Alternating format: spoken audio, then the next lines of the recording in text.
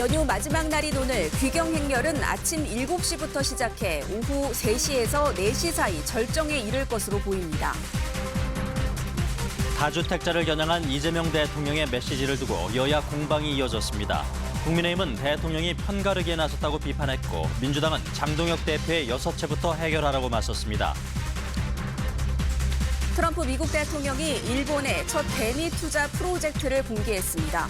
석유와 가스, 전력, 핵심 광물 분야가 거론됐는데 한미 협상에 어떤 영향을 미칠지 주목됩니다. 어제 열린 미국과 이란의 2차 핵협상에서 기본 원칙에 합의했다고 이란 측이 밝혔습니다. 스위스 제네바에서는 우크라이나 종전을 다룰 3자 협상이 재개됐습니다. 여러분 안녕하십니까? 수요일 아침 뉴스광장입니다. 닷새간의 연휴도 끝을 향하고 있습니다.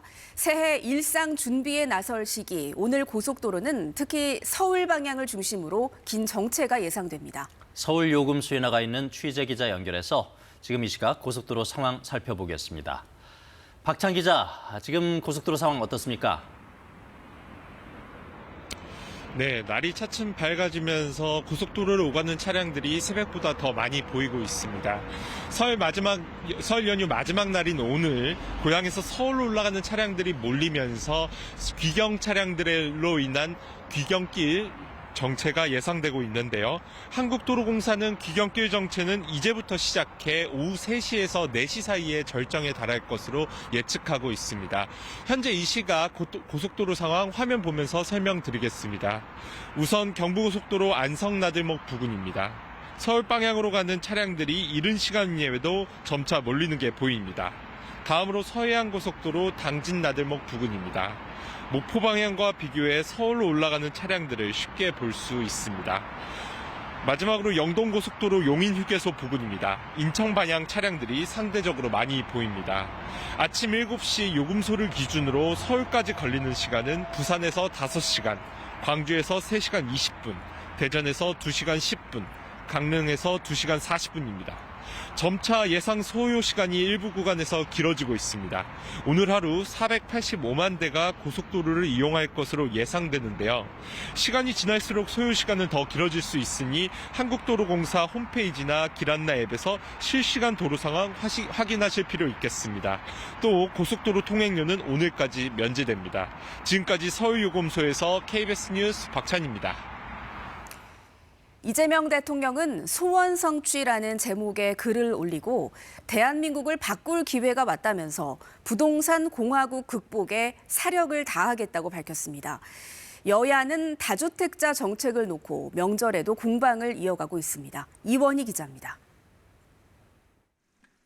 다주택자를 겨냥한 이재명 대통령 SNS를 두고 설 당일에도 여야가 공방을 벌였습니다.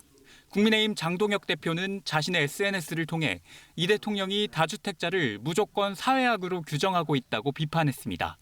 이 대통령 소유의 분당 아파트에 대해선 50억 시세 차익이 예상되는 재건축 로또라면서 이에 대한 계획을 먼저 밝히라고 대통령에 촉구했습니다. 또 이 대통령이 지방선거 표를 위해 국민을 편가르는 선거 브로커 같다고 꼬집었습니다. 더불어민주당은 장 대표가 다주택으로 궁지에 몰리니 이를 모면하려고 대통령의 1주택을 걸고 넘어진다고 맞섰습니다. 장 대표는 서울 집과 모친이 거주하는 지방주택 등 6채의 주택을 갖고 있습니다. 민주당 문금주 원내대변인은 대통령이 퇴임 후 거주할 주택 1채와 장 대표가 전국 각지의 아파트 등을 다수 보유한 걸 같은 선상에 놓을 수 없다고 주장했습니다. 그러면서 투기는 단호히 차단하고 선의의 실거주자는 확실히 보호하겠다는 게 민주당과 정부의 원칙이라고 강조했습니다. 한편 이재명 대통령은 SNS에 글을 올려 부동산 공화국을 극복하는 것이든 안전하고 평화로운 나라를 만드는 것이든 초능까지 아껴 사력을 다하겠다고 밝혔습니다. 또 2026년을 상징하는 말이 땅 투기라고 적힌 돼지를 짓밟는 만평을 공유하며 재미있네요라는 평을 적었습니다. KBS 뉴스 이원입니다. 고향 마을보다 공항이 더 붐비고 또 가족 모임이 아닌 개인의 휴식을 택하는 사람도 많습니다. 명절 풍경이 달라지고 있는데요. 이런 상황에서도 전통 예법대로 손님을 맞이하고 차례를 이어가고 있는 종갓집이 있습니다. 박준우 기자가 취재했습니다. 400여 년 전 경주 최씨 일가가 터전을 마련한 대구 옷골마을. 종가인 백불고택에서는 설을 맞아 일찍부터 손님 맞이에 한창입니다. 우더른께 정성껏 세배하고 서로 덕담도 나눕니다. 전부 건강하고 밥 잘 먹고. 새해 맞이 인사가 끝난 뒤 이제는 차례를 지낼 시간. 과일 세 종류에 대추와 밤, 전등이 올라간 검소한 차림새지만 전통을 따른 차례상입니다. 어른께서 간소하게 이 동네 집집마다 똑같이 차이 나게 하지 말라고 그렇게 간소하게 하라고 하셨어요. 도포에 갓을 쓴 재간들이 술을 올리고 절하며 조상의 음덕을 기리고 가족의 안녕을 빕니다. 한때 200명 넘는 일가 친척들이 모였던 종갓집. 이제는 각자 차례를 지내기도 해 30여 명으로 줄었지만 명절을 맞아 가족의 정을 나누는 모습은 예나 지금이나 변한 게 없습니다. 화기애애한 분위기가 넘쳐나는 그런 해가 되었으면 합니다. 그리고 지치지 않는 그 말의 에너지처럼 우리가 활기찬 한 해가 되었으면. 명절을 대하는 인식이 바뀌면서 차례 문화가 점점 사라지고 있는 요즘. 400년 넘게 이어온 종가의 설 풍경은 조상과 가족의 소중함을 되새기게 합니다. KBS 뉴스 박준우입니다. 네, 설 명절이면 빠질 수 없는 세뱃돈. 항상 그 액수가 고민입니다. 주는 사람도 또 받는 사람도 기분 좋으려면 얼마가 적당할까요? 고물가 흐름이 세뱃돈에도 영향을 미치고 있습니다. 문예슬 기자가 취재했습니다. 영업 시작 전 한국은행 창구, 이미 대기가 생겼습니다. 빳빳한 신권으로 명절에 줄 봉투를 채우기 위해서입니다. 세뱃돈으론 얼마가 적당할까? 5만 원 주면은 이제 조금 좋아하는 것 같고요. 10만 원 주면은 엄청나게 많이 좋아하는 것 같고요. 지금은 시대가 그렇잖아요. 애들 10만 원 갖고 나가도 쓸 거 없잖아요. 한 핀테크 업체 조사 결과 지난해 설 청소년 10명 중 4명 이상이 세뱃돈으로 10만 원을 받았습니다. 2022년부터 이어진 같은 조사에서 세뱃돈 액수로 5만 원보다 10만 원이 많아진 건 처음입니다. 그렇다면 이 돈으로 청소년들은 뭘 할 수 있을까요? 직접 10만 원을 들고 나가봤습니다. 배부터 채워봅니다. 햄버거에 콜라, 10,000원으로 한 끼 해결했습니다. 노는 데 들어가는 비용도 만만치 않습니다. 친구들과 사진 찍기, 노래 부르기, 인형 뽑기를 몇 번만 해도 10,000원 이상입니다. 간식도 먹습니다. 음료에 두뚠쿠 하나, 밥값을 넘겼습니다. 마지막으로 필기구와 책 한 권 샀더니 총 지출이 65,000원을 넘어섰습니다. 과소비로 치부하기엔 학생들이 주로 쓰는 품목의 물가 상승률은 평균을 웃돕니다. 햄버거, 빵, 초콜릿 등 먹거리 물가가 특히 많이 올랐고 영화, 노래방 같은 여가 관련 물가도 20% 넘게 올랐습니다. 제가 초등학교 1학년 때 메로나가 400원이었거든요. 근데 지금은 1,000원 넘게 지불을 해야지 메로나 하나를 먹을 수 있다 보니까 이 정도는 받아야 넉넉하다는 기준이 훌쩍 올라설 수밖에 없는 게 현실입니다. 이 때문에 설 명절에 세뱃돈 등 경비가 가장 부담된다는 응답자가 10명 중 7명에 달했습니다. KBS 뉴스 문예슬입니다. 트럼프 미국 대통령이 일본의 5,500달러 규모 대미 투자 대상 첫 사업들을 직접 공개했습니다. 일본의 미국 투자 집행이 본격화되면서 한국에 대한 압박이 더 거세질 수 있다는 관측이 나옵니다. 워싱턴 김지숙 특파원입니다. 트럼프 대통령이 SNS에 올린 글입니다. 일본과의 초대형 무역협정이 막 출범했다며 5,500억 달러 규모의 대미 투자금 가운데 첫 번째 투자 패키지를 공식적으로 이행하기 시작했다고 밝혔습니다. 구체적인 내용을 보면 텍사스주의 석유와 가스, 오하이오주의 발전, 조지아주의 핵심 광물 등 3가지입니다. 트럼프 대통령은 오하이오의 가스 발전소는 역사상 가장 큰 규모가 될 거라면서 LNG 시설은 수출과 미국의 에너지 패권을 이끌 거라고 말했습니다. 핵심 광물 시설 역시 외국에 의존하던 시대를 끝낼 거라고 설명했습니다. 그러면서 이 프로젝트는 관세 없이는 불가능했을 거라며 자신의 강경한 관세 정책을 자화자찬했습니다. 트럼프 대통령은 그동안 일본의 투자 지연에 강한 불만을 표시한 것으로 전해졌습니다. 이에 아카자와 경제산업상이 워싱턴에 도착해 러트닝 미 상무장관과 회담하는 등 미국과 대미 투자 1호 안건을 논의해 왔습니다. 戦略的投資イニシアチブは日米の総合利益の促進、経済安全保障の確保、両国の経済成長につながるものでありまして 다카이치 일본 총리의 다음 달 미국 방문을 앞두고 일본의 첫 대미 투자 프로젝트가 확정되면서 한국에 대한 트럼프 행정부의 압박도 더 거세질 거란 관측이 나옵니다. 앞서 트럼프 대통령은 국회 입법 지연을 이유로 한국산 자동차 등 품목 관세와 상호 관세를 25%로 올리겠다고 경고했습니다. 워싱턴에서 KBS 뉴스 김지숙입니다. 어제 열린 미국과 이란의 2차 핵협상에서 최종 합의를 위한 기본 원칙을 마련했다고 이란 측이 밝혔습니다. 협상장 분위기와는 달리 호르무즈 해협에서는 이란의 사격 훈련으로 한때 해협이 봉쇄됐습니다. 두바이 김계형 특파원입니다. 미국과 이란의 2차 협상이 종료된 뒤 이란은 긍정적인 평가를 내놓았습니다. 양측이 여러 원칙에 대한 전반적인 합의에 도달했다고 밝혔습니다.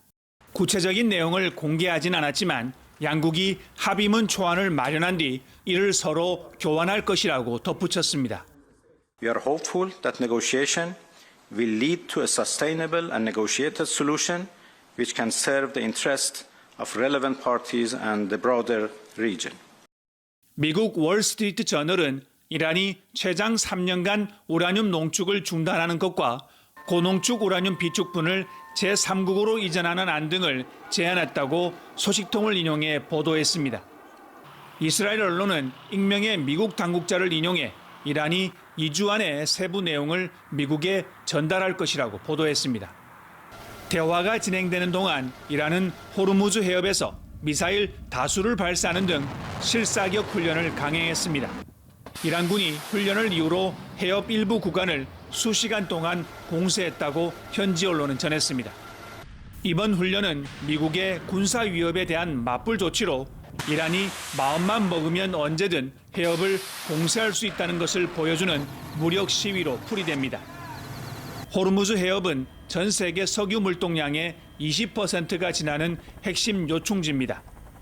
미국은 이란을 겨냥해 인근 해역에 핵 항공모함을 배치한 데 이어 미군은 트럼프 대통령의 명령이 있을 경우 몇 주간 대이란 작전을 전개할 가능성에 대비하고 있는 것으로 전해졌습니다. 두바이에서 KBS 뉴스 김계영입니다. 스위스 제네바에서는 러시아 우크라이나 전쟁 종식을 위한 미국, 러시아, 우크라이나의 3자 협상이 재개됐습니다. 영토 문제를 놓고 돌파구를 찾긴 어려울 것이란 전망 속에 러시아, 우크라이나 양측은 공습을 이어갔습니다. 안다영 특파원이 보도합니다. 러시아와 우크라이나가 미국의 중재로 협상 테이블에 다시 마주 앉았습니다. 지난달 아부다비에서 시작된 후 우크라이나 전쟁 종식을 위한 세 번째 3자 협상입니다. 이날 협상은 정치와 군사 분야로 나눠 진행됐고 5시간여 만에 끝났습니다. 우크라이나 측은 회의가 끝난 뒤 실질적인 사안들과 가능한 결정들의 이행 절차 중심으로 논의가 이루어졌다고 밝혔습니다. 러시아 대표단에 가까운 한 소식통은 매우 긴장된 분위기였다고 전했습니다. 최대 관건은 여전히 평행선에 달리고 있는 영토 문제입니다. 러시아는 우크라이나에 동부 돈바스 지역을 넘기라고 요구하고 있지만 우크라이나는 영토 문제는 물러설 수 없는 레드라인이라며 맞서고 있습니다. 양측은 전선에서도 치열한 공습을 주고받고 있습니다. 러시아는 이날 협상을 앞두고 우크라이나 에너지 시설을 겨냥해 남부 오데사 지역을 포함한 12개 지역을 폭격했습니다. 탄도미사일 등 미사일 29기와 드론 약 400기가 동원된 것으로 전해졌습니다. 우크라이나는 러시아의 이번 공습으로 어린이 등 9명이 다쳤고 아파트와 기반시설이 부서졌다고 밝혔습니다. Чим більше це зло від Росії, тим всім буде складніше про щось домовитися з ними. 우크라이나는 러시아 최대 석유 수출 허브인 크라스노다르 지역을 공습하며 반격에 나섰습니다.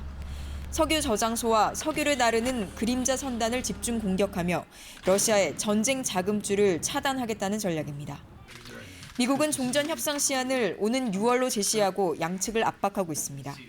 하지만 영토 문제 등을 놓고 양측 모두 물러설 수 없다는 입장인 만큼 현지 시각 18일까지 이틀간 이어지는 이번 협상에서도 돌파구를 찾긴 어려울 거란 관측이 나옵니다. 파리에서 KBS 뉴스 안다영입니다. 운전석에 사람이 없어도 인공지능이 알아서 달리는 자율주행 기술 경쟁이 치열합니다. 도로에서 촬영한 영상 정보들이 이 기술의 핵심입니다만 국내에서는 개인정보 보호 규정과 상충될 때가 적지 않습니다. 어떻게 풀어갈지 신수빈 기자가 취재했습니다. 운전자가 없는데도 주차된 차를 부드럽게 비켜가며 달리는 차량.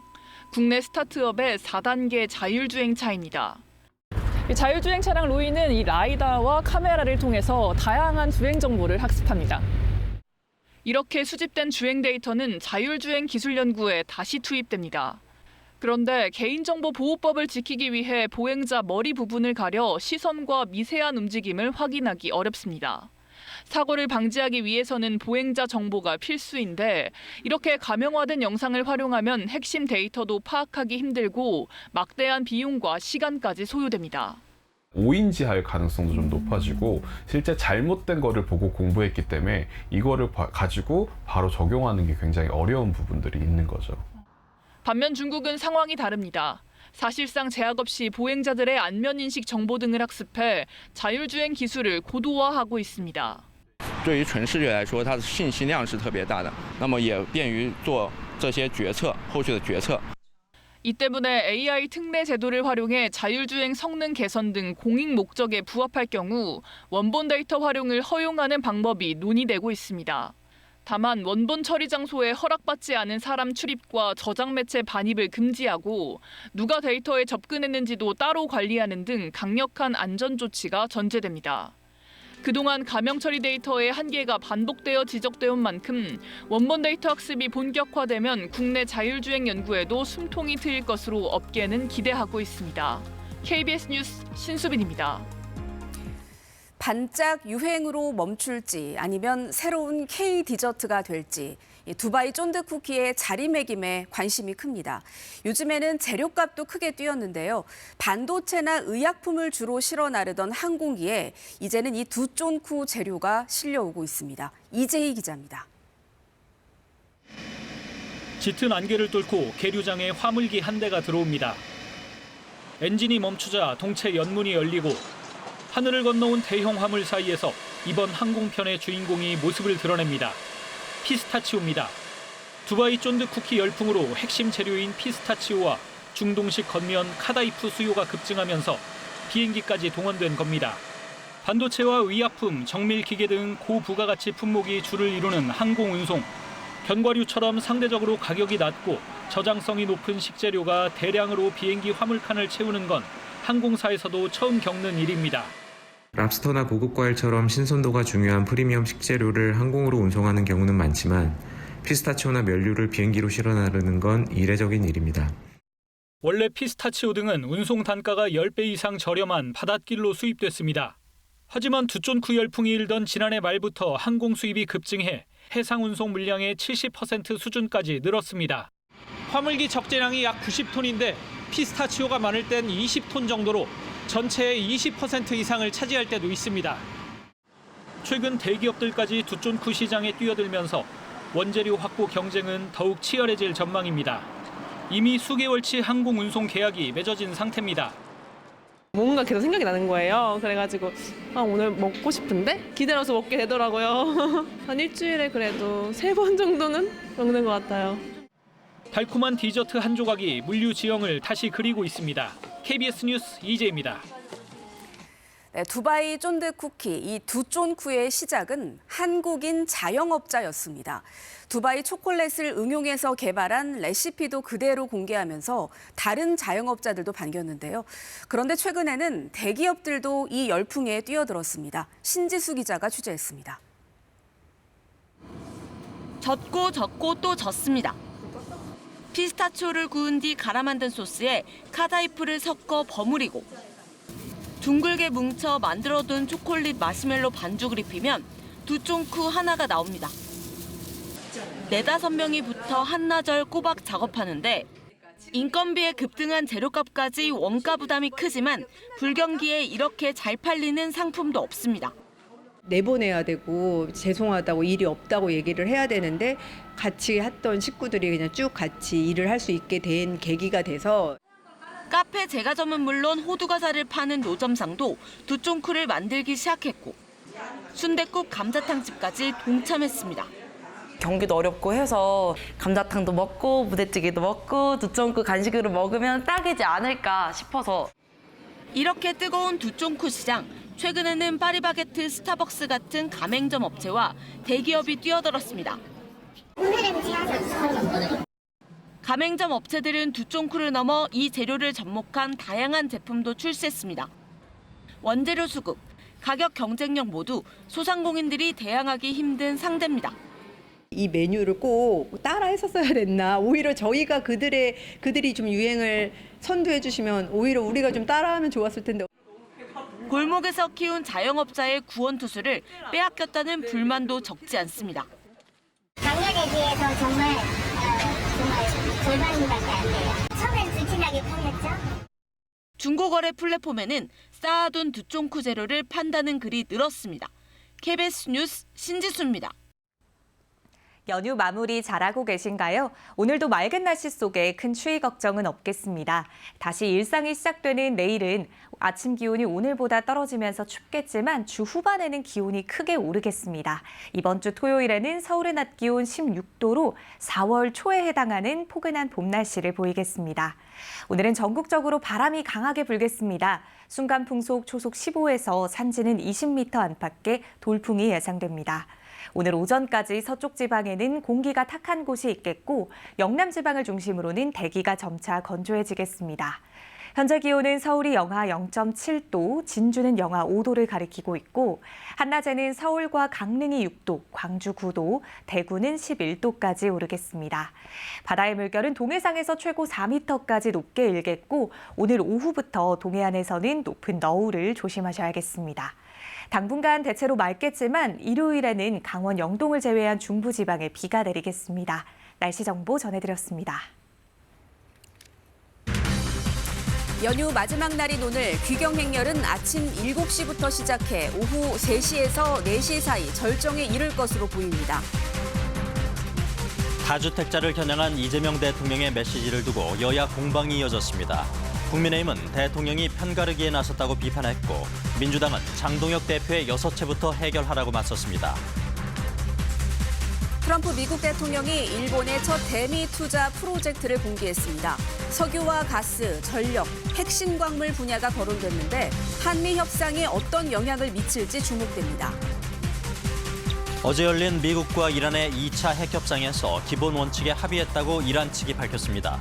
스위스 제네바에서는 우크라이나 종전을 다룰 3자 협상이 재개됐습니다. 네, 연휴 마지막 날인 오늘 고속도로는 일찌감치 차량들이 붐비기 시작했습니다. 오늘 서울 방향 고속도로 정체는 오후 서너 시에 가장 심할 것으로 예상되는데요. 서울 요금소에 나가 있는 취재 기자 다시 연결합니다. 박찬 기자, 현재 고속도로 상황 어떻습니까? 네, 날이 밝아지면서 새벽과 비교해서 확실히 많은 차량들이 도로를 오가는 걸 볼 수 있습니다. 연휴 마지막 날인 오늘 고향에서 서울로 올라오는 귀경 차량들이 가장 집중될 걸로 예측되고 있는데요. 한국도로공사는 귀경길 정체는 이제부터 시작해서 오후 3, 4시에 절정에 달할 것으로 예측하고 있습니다. 우선 지금 고속도로 상황 화면 통해서 한번 봐보겠습니다. 먼저 경부고속도로 안성나들목 부근입니다. 서울 방향으로 가는 차량들이 이른 시간임에도 점차 몰리는 모습 볼 수 있습니다. 다음으로는 서해안고속도로 당진나들목 부근입니다. 목포 방향과 비교해서 서울로 올라오는 차량들이 많은 거 볼 수 있겠습니다. 마지막으로 영동고속도로 용인휴게소 부근입니다. 인천 방향 차량이 상대적으로 많은 거 볼 수 있습니다. 아침 7시 요금소를 기준으로 서울까지 걸리는 시간은 부산에서 5시간, 광주에서 3시간 20분, 대전에서 2시간 10분, 강릉에서 2시간 40분입니다. 점차 예상 소요 시간이 일부 구간에서 길어지고 있습니다. 오늘 하루 485만 대가 고속도로를 이용할 것으로 예상되는 만큼 시간이 지날수록 소요 시간은 더 길어질 전망입니다. 한국도로공사 홈페이지나 길 안내 앱에서 실시간 도로 상황 확인할 수 있고요. 고속도로 통행료는 오늘까지 면제입니다. 지금까지 서울 요금소에서 KBS 뉴스 박찬입니다. 명절 연휴에도 여야는 다주택자 정책을 놓고 공방을 이어갔습니다. 국민의힘은 대통령이 편가르기를 한다고 했고 민주당은 국민의힘 장동혁 대표의 주택 6채를 정조준했습니다.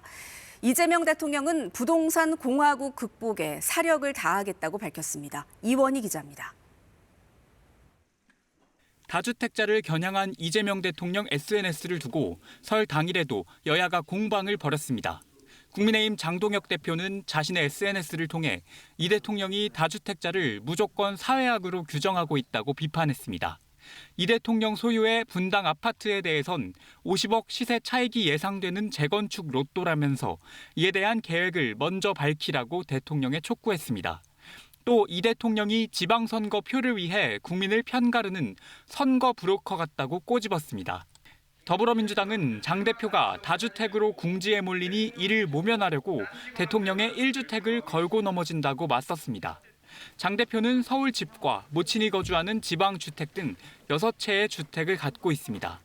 민주당 문금주 원내대변인은 대통령이 퇴임 후 거주할 주택 1채와 장 대표가 전국 각지의 아파트 등을 다수 보유한 걸 같은 선상에 놓을 수 없다고 주장했습니다.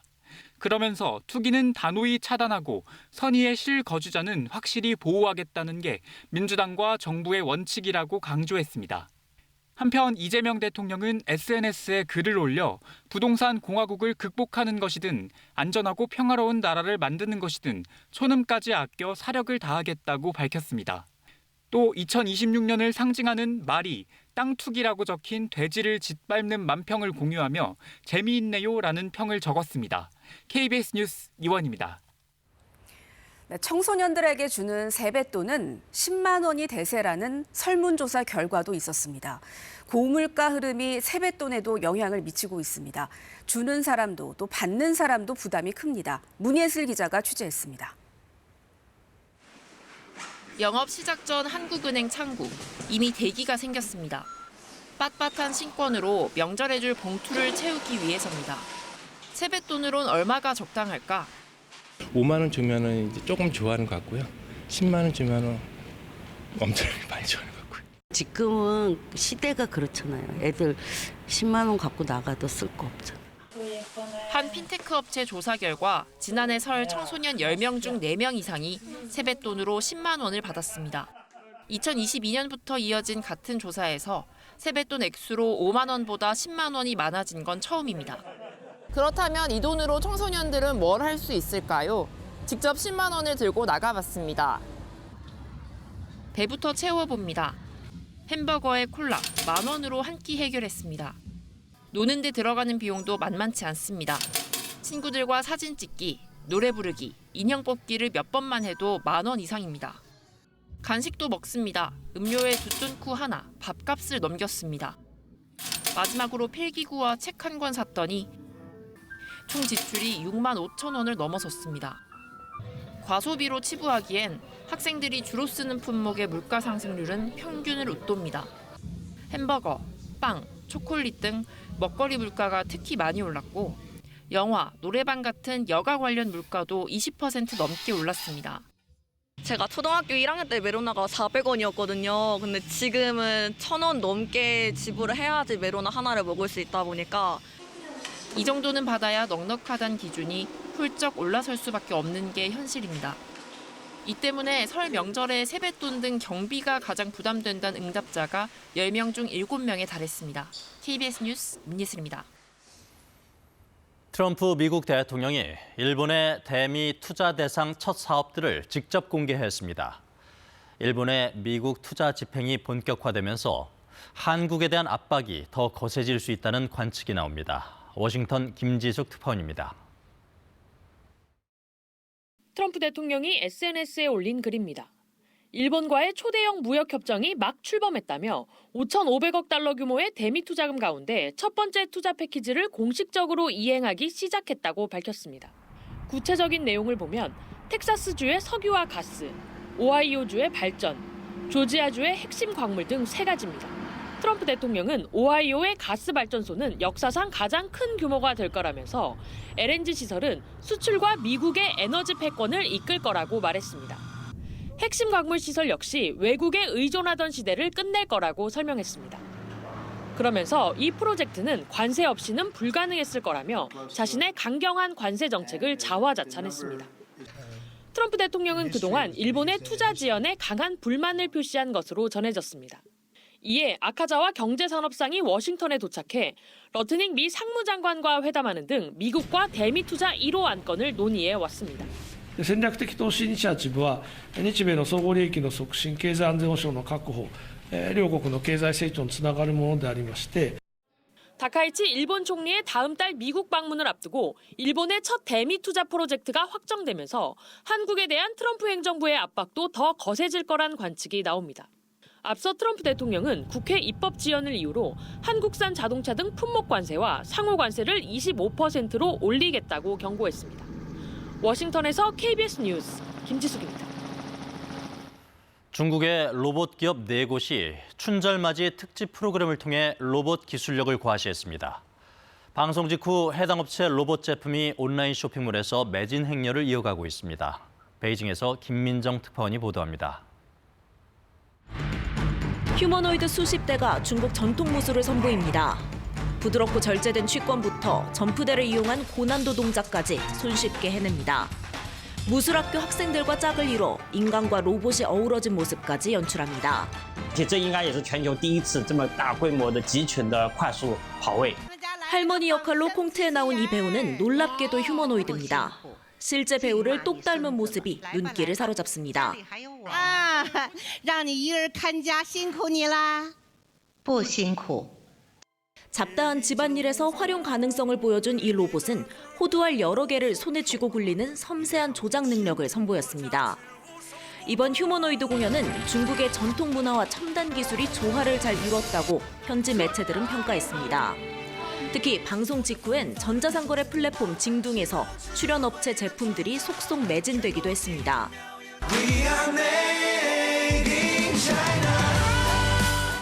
중국 기업들이 지난해 전 세계 휴머노이드 시장 점유율 87%를 차지했다는 조사 결과도 나와 있습니다. 앞으로는 사전 학습 없이 다양한 환경에서 활용할 수 있는 범용 휴머노이드를 두고 글로벌 경쟁이 더 치열해질 거란 전망이 나옵니다. 베이징에서 KBS 뉴스 김민정입니다. 가족들이 한자리에 모이는 이런 명절에 마음이 더 힘든 사람들이 있습니다. 눈에 넣어도 아프지 않을 자식이 지금 어디에 있는지조차 알 수 없는 실종자 부모들 얘기입니다. 생사라도 알고 싶다는 이들의 사연, 진선민 기자가 취재했습니다. 옛 동네를 찾은 엄마의 발걸음이 멈춘 곳. 22년 전 5살 정선이가 자전거를 타다 실종된 곳입니다. 시간이 좀 있는데 애가 없으니까 자전거도 안 보이고. 매일 전단지를 부리고 보육시설을 찾아다녔지만 끝내 아이를 다시 볼 순 없었습니다. 전단지 버릴 때 너무 가슴이 얼굴을 밟고 가는 거잖아요. 긴 세월 엄마가 하루하루를 버텨낼 수 있었던 건 딸이 어디선가 잘 살고 있을 거란 믿음 때문이었습니다. 28 됐으니까 아마 멋진 커리우먼 당당하게 또 예쁘게 건강하게 잘 살고 있을 거라고 생각하고 있어요. 21년 전 함께 절에 갔다가 사라진 장애인 아들. 이제 80을 넘긴 어머니는 아들이 마지막으로 써준 편지를 읽으며 그리움을 달랩니다. 차라리 집에서 보호하고 아니면 병원에라도 가서 있었으면 이렇게 해지진 않았을 건데. 온 가족이 아들을 찾느라 가세가 기울었고 아버지는 폐암으로 일찍이 세상을 떠났습니다. 그래도 잊을 수 없는, 잊히지 않는 내 아들. 죽었는지 살았는지 확인이라도 하고 싶어요. 국내 20년 이상 장기 실종자는 1,100여 명. 가족을 잃은 뒤론 명절도 세지 않는다는 이들의 바람은 오직 하나. 가족과 함께하는 평범한 일상을 되찾는 것입니다. 엄마가 꼭 찾을게. 아들아 꼭 건강하게 잘 있어라. KBS 뉴스 진선민입니다. 경기 포천의 한 산란개 농장에서 고병원성 조류 인플루엔자 AI가 발생했습니다. 중앙사고수습본부는 어제 38만여 마리를 사육하는 포천 산란계 농장에서 H5N1형 고병원성 AI가 확진됐다고 밝혔습니다. 이로써 이번 겨울 들어 AI 발생은 모두 44건으로 늘었습니다. 중수부는 경기도 전역과 포천 인접 지역인 강원 철원 화천의 관련 농장과 시설, 차량에 대해서 어제 정오부터 오늘 정오까지 24시간 일시 이동 중지 명령을 내렸습니다. 네, 오늘 성묘하는 분들도 많으실 텐데요. 산불 조심 각별히 신경 쓰셔야겠습니다. 보통 봄철에 급증하는 산불이 올해는 일찌감치 크게 늘기 시작했습니다. 어제도 산불 난 곳들이 있습니다. 박연선 기자가 보도합니다. 어둠이 짙은 새벽, 야트막한 야산 산기슭에 시뻘건 화염이 솟구칩니다. 초속 8m의 바람을 타고 순식간에 번져나갔지만 빠른 대처 덕에 큰 불로 번지진 않았습니다. 조금만 늦었다면 주변 민가와 야산, 태양광단지까지 화를 당할 뻔했습니다. 이곳이 불이 시작된 곳입니다. 산림당국은 인근 주민이 갖다 버린 화목 보일러재를 화재 원인으로 보고 있습니다. 앞서 홍성과 당진, 대전 동구 등에서도 며칠 사이 산불이 계속됐고 지난 7일 경북 경주에서는 비교적 큰 산불이나 축구장 75개 면적을 태우고 42시간 만에 진화됐습니다. 새해 들어 발생한 산불은 모두 84건. 지난해보다 58.5%가 늘었고 최근 10년 평균보다도 20%나 많은 불이 났습니다. 피해 면적도 248헥타르로 지난해보다 15배, 10년 평균보다 3.4배 많았습니다. 산림당국의 오랜 경고에도 입산자 실화나 불법 소각, 담뱃불 실화 등이 여전히 주요 원인으로 꼽히는데 겨우내 건조한 날씨가 이어진 데다 봄에도 날이 마르고 바람이 강할 것으로 보여 산불 발생 위험은 평년보다 훨씬 높을 것으로 전망됐습니다.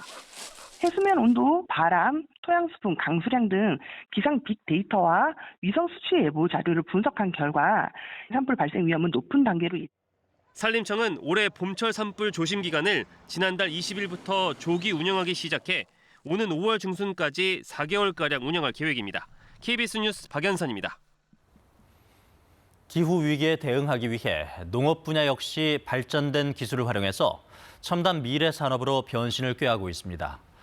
요즘 작물 재배와 교육 현장은 연구실이라 해도 과언이 아닙니다. 최신 농업 기술을 갖춘 스마트팜 현장을 서정윤 기자가 다녀왔습니다. 밭에 심겨 입을 법한 잎채소들이 연구실 조명 아래 층층이 자라고 있습니다. 비도 햇빛도 필요 없습니다. 관제실 제어기만 조작해도 잎채소에 딱 맞게 온도와 습도가 자동 조절됩니다. 경제어 시스템으로 밖에 있는 제어기로 제어가 되고 농업인의 골칫거리인 병해충, 이제는 단번에 잡아낼 수 있습니다.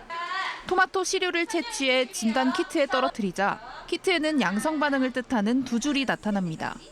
전염병이 퍼지기 전 해충 감염 여부를 빠르게 확인해 생산성을 유지할 수 있는 기술입니다. 앞으로는 로봇도 들어올 거고 전체가 집에서 스마트팜을 제어하면서 농사 짓는 그런 시대가 올 겁니다. 그래서 그런 데 대한 준비를 해나가야 되지 않을까요? 농업 교육 현장도 달라졌습니다. 밭이나 비닐하우스 현장이 아닌 마치 연구실처럼 실내에서 현장 경험을 쌓습니다. 엄청 신비로웠어요. 제가 보던 거랑 뭐가 달라요. 그 공장스러운 일들이 좀 많이 일어났다는 게.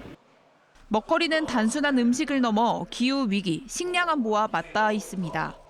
변화에 발맞춰 농업 현장도 미래 농업인 양성 방식도 첨단 옷을 갈아입고 있습니다.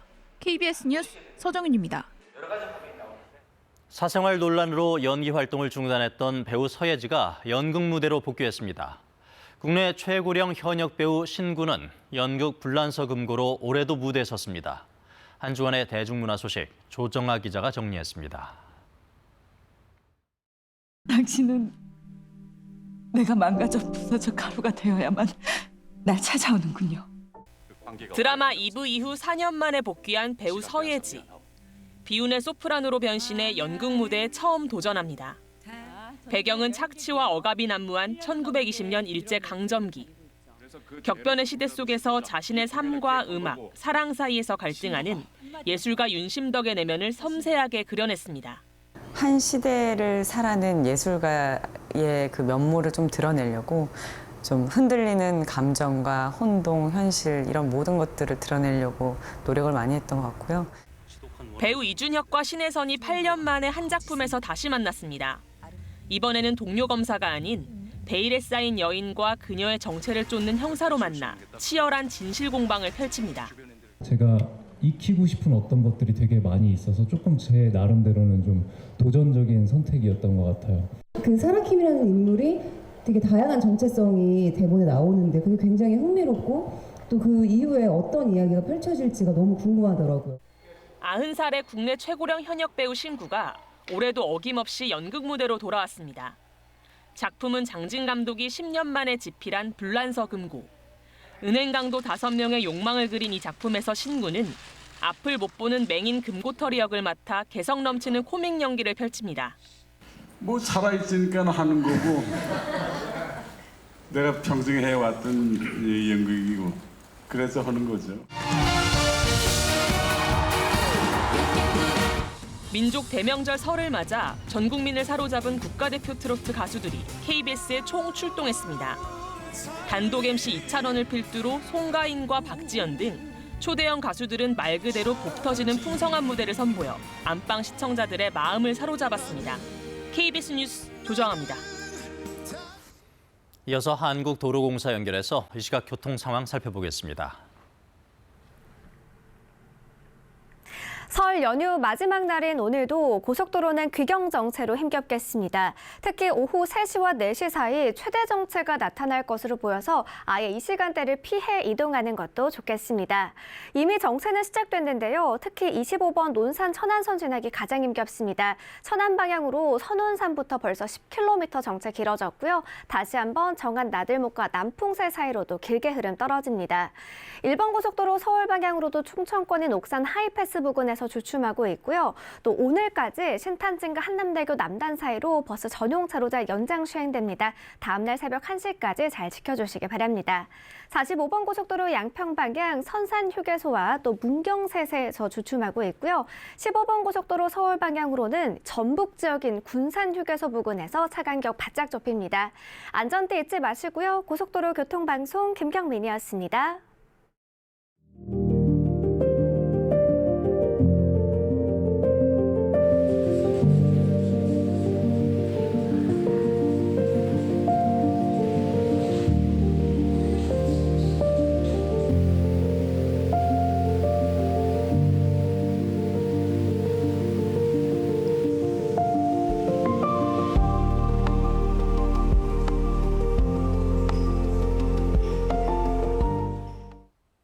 연휴 마지막 날인 오늘도 맑은 날씨가 이어지겠고 큰 추위 걱정은 없겠습니다. 다시 일상이 시작되는 내일은 아침 기온이 오늘보다 더 떨어지면서 춥겠지만 주 후반에는 기온이 큰 폭으로 오르겠습니다. 이번 주 토요일에는 서울의 낮 기온이 16도로 4월 초에 해당하는 포근한 봄 날씨를 보이겠습니다. 오늘 오전까지 서쪽 지방을 중심으로 공기가 탁하겠습니다. 수도권과 강원 영서, 충청, 전북과 광주는 초미세먼지 농도 나쁨 수준을 보이는 곳이 있겠습니다. 또 오늘은 전국적으로 순간풍속 초속 15에서 산지는 20m 안팎으로 바람이 강하게 불겠습니다. 영남 지방을 중심으로는 대기가 점차 건조해지겠습니다. 또 오늘 오전까지 울릉도 독도에는 약하게 비가 내리겠습니다. 현재 기온 보면 서울이 영하 0.7도, 부산은 2.3도를 가리키고 있습니다. 오늘 한낮에는 서울과 강릉이 6도, 광주가 9도, 대구와 포항은 11도까지 오르겠습니다. 바다의 물결은 동해 먼바다에서 최고 4m까지 높게 일겠고 오후부터 동해안에서는 높은 너울을 주의하셔야겠습니다. 당분간 하늘은 대체로 맑겠지만 일요일에는 강원 영동을 제외한 중부지방에 비 예보가 있습니다. 날씨 정보 전해드렸습니다. 수요일 뉴스광장 마치겠습니다. 시청해주신 여러분 고맙습니다.